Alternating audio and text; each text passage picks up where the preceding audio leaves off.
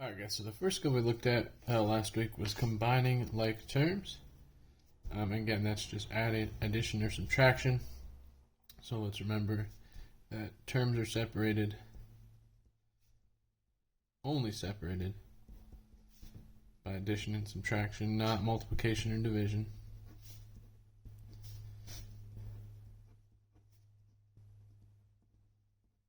Alright, so for example, x, y squared, z divided by, I don't know, a, b, c.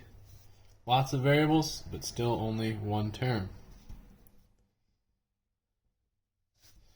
Alright, x, y plus x, two terms.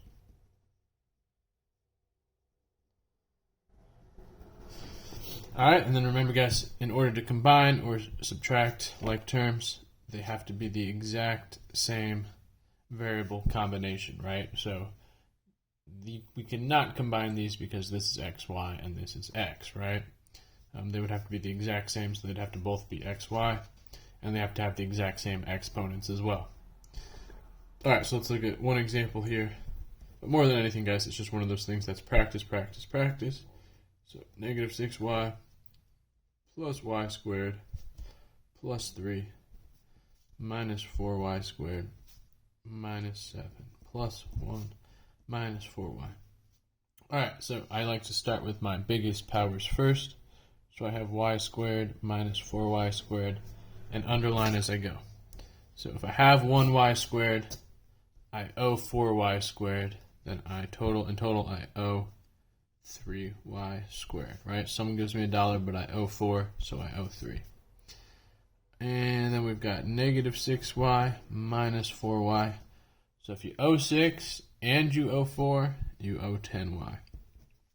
Some people are just trying to kind of ask me for the rules about how do you know if it's positive or negative. Again, guys, I just think of money. That's all I can say is I just think of money. If I owe 6 and I owe 4, then I owe 10.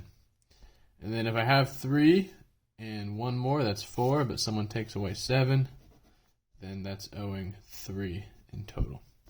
Alright, so that's really it for combining like terms, guys. Just remember that terms are separated by plus or minus. They have to match exactly same combination of variables and exponents. And then also, when we combine like terms, guys, remember 2x plus x is equal to 3x, not 3x squared or anything else, right? We do not change the exponent when we combine like terms. Alright guys, the next thing we looked at were linear equations, solving linear equations with distribution. So here are problems where we actually solve for x, and there's something to distribute. So let's go and look at an example here. So negative 2 times x, let me rewrite that. Negative 2 times negative 3x minus 1 minus 4x plus 3 equals 25. Alright, so the first step, guys, is going to be to distribute that negative 2. Goes to both. A negative times a negative makes a positive. So 2 times 3 is 6x. Negative times negative makes a positive, so positive 2. And then these just come down. Alright, and then combine like terms. 6x minus 4x makes 2x. 2 and 3 makes 5. Bring down 25. And then it's baby algebra from there. Right? So I usually don't show the work for when it gets this simple. I usually don't show the work. Right? It's just basic mental math. Minus 5 to both sides. But I will say it. I will always say this step. Alright? So if you want to show the work, by all means, I will always say it. So minus 5 to both sides. So then 2x equals 20. Divide both sides by 2. So then x equals 10. Never a bad idea to plug it back in and see if it works out, right?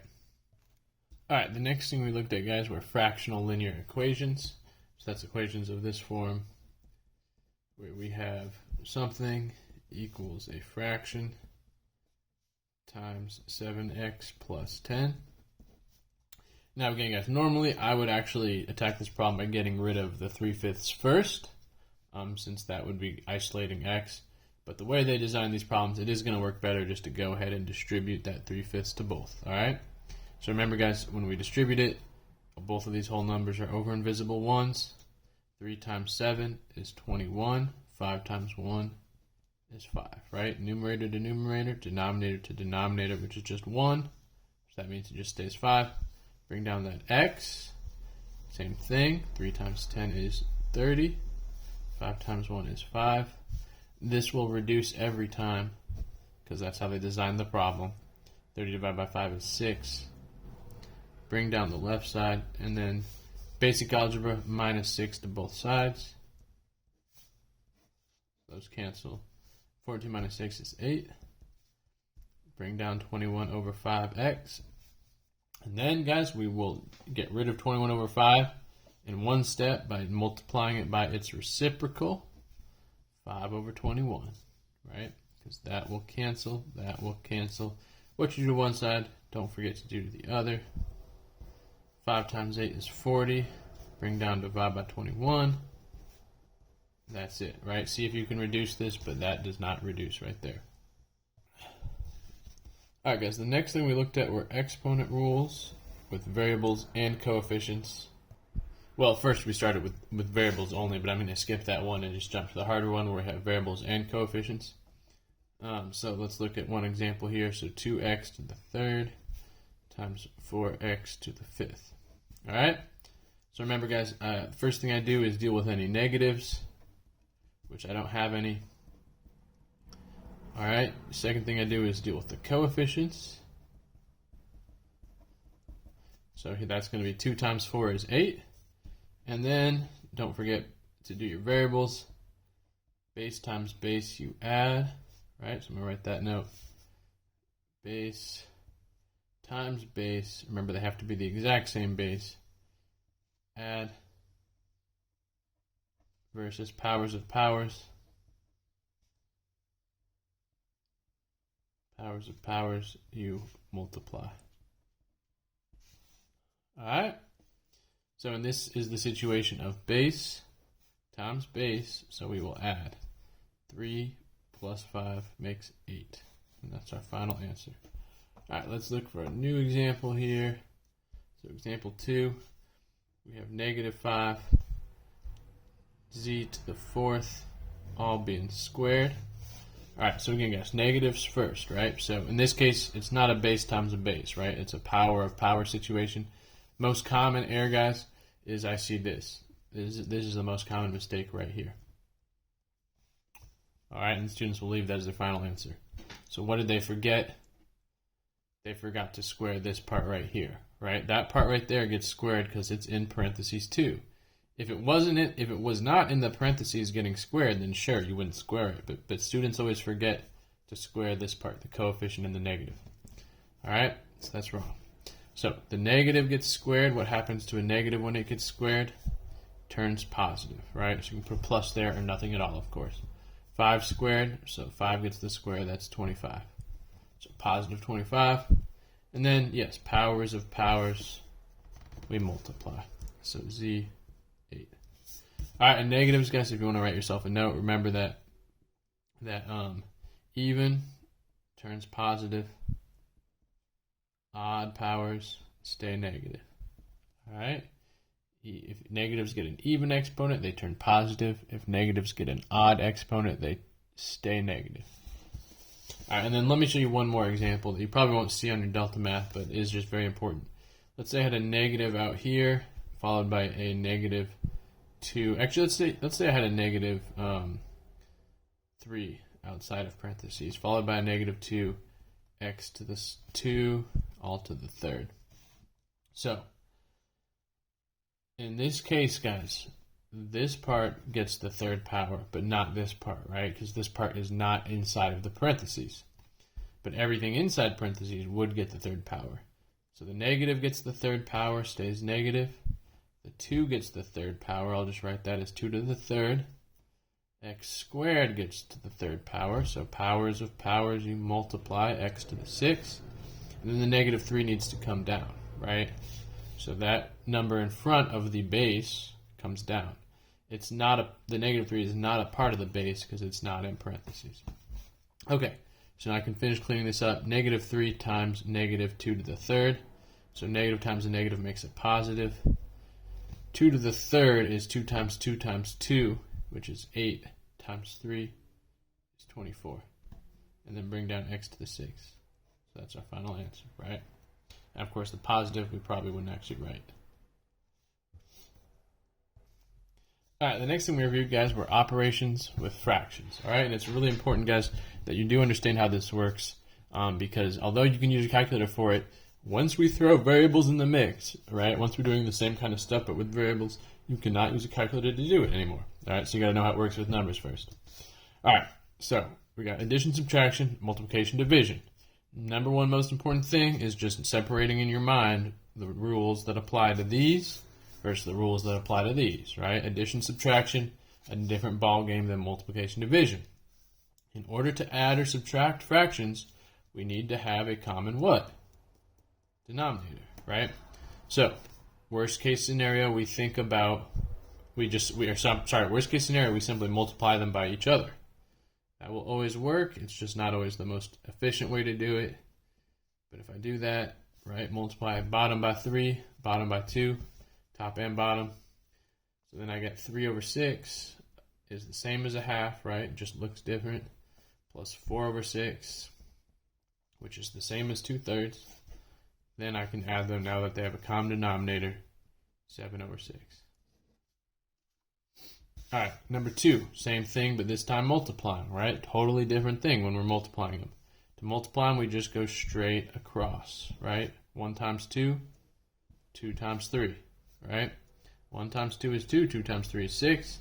Or you can look to simplify by crossing off top, bottom if there is a factor that goes into top and bottom.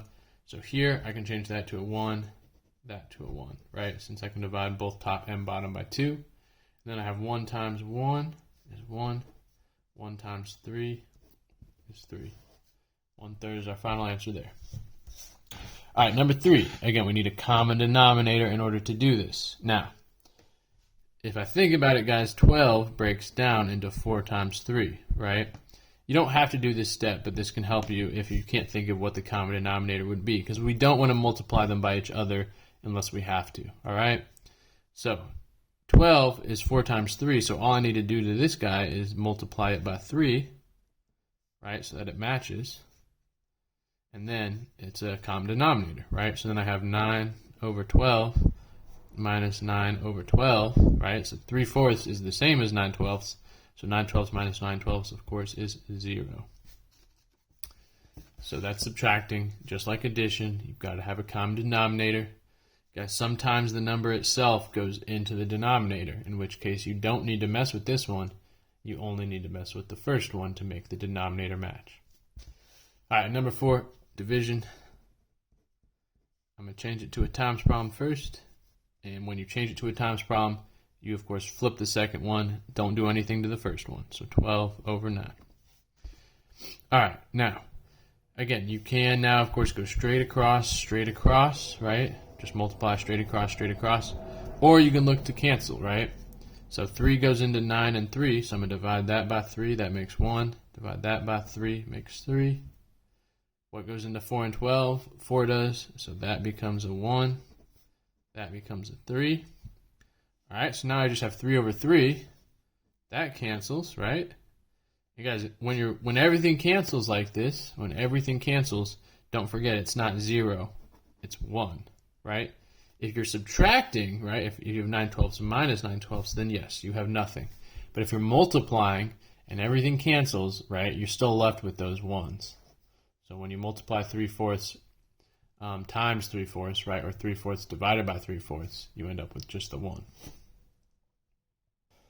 All right, guys, and the final thing that we looked at last week was simplifying radicals, which, again, I'm not surprised that we do have to practice this, as we always do, but I was surprised by just the degree to which people were kind of seeming to act like they had never seen a square root before even, which maybe, I mean, you never know, maybe that was the case. I know a lot of people's, last year and a half been messed up a lot, and so some people's Algebra 1 class got cut short and everything.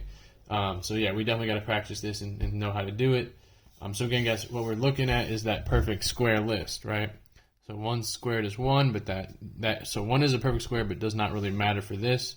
2 squared is 4, 3 squared is 9, 16, 25, 36, 49, 64, 81, 100, 121, 144. Right, so those are our perfect squares, 2 through 12.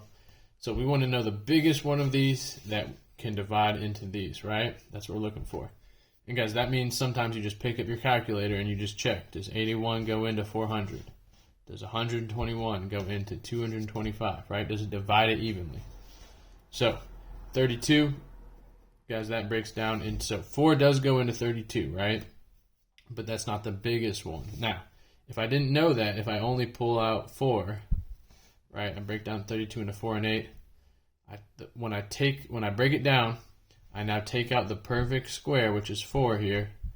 When I take it out, I take the square root of it, right? The square root of 4 is 2, right? Since 2 squared is 4, the square root of 4 is 2. 8 stays behind. Now, I'm not done breaking this one down because 8 breaks down into 4 and 2. So I got to pull another 4 out, right? When I pull the other 4 out, it becomes a 2. So when it joins it, it multiplies by what's ever already out here. So 2 times 2 is 4. Radical 2 stays behind, right? But the quicker way to do this would have been to realize that if 4 goes into it, you should usually check, does 16 go into it, right? Those are kind of pairs to check. So 16 does go into 32 twice, right? And then I just take the square root of 16 when it comes out, becomes a 4. 2 stays behind. 2 is not a perfect square. All right, another example. Square root of 400. Again, which one of these breaks it down? Biggest one. 25 does go into 400, but the biggest one that goes into 400 is 100, right? In fact, it's 100 times 4. Now, both 100 and 4 are perfect squares, and that's fine. That just means they will both come out of the square root. We can take the square root of both of them and make a nice clean number. Square root of 100 is 10. Square root of 4 is 2. And so now we're just left with 10 times 2, which is 20. So the square root of 400 is 20, right? 400 is a perfect square, and it's just the perfect square of 20.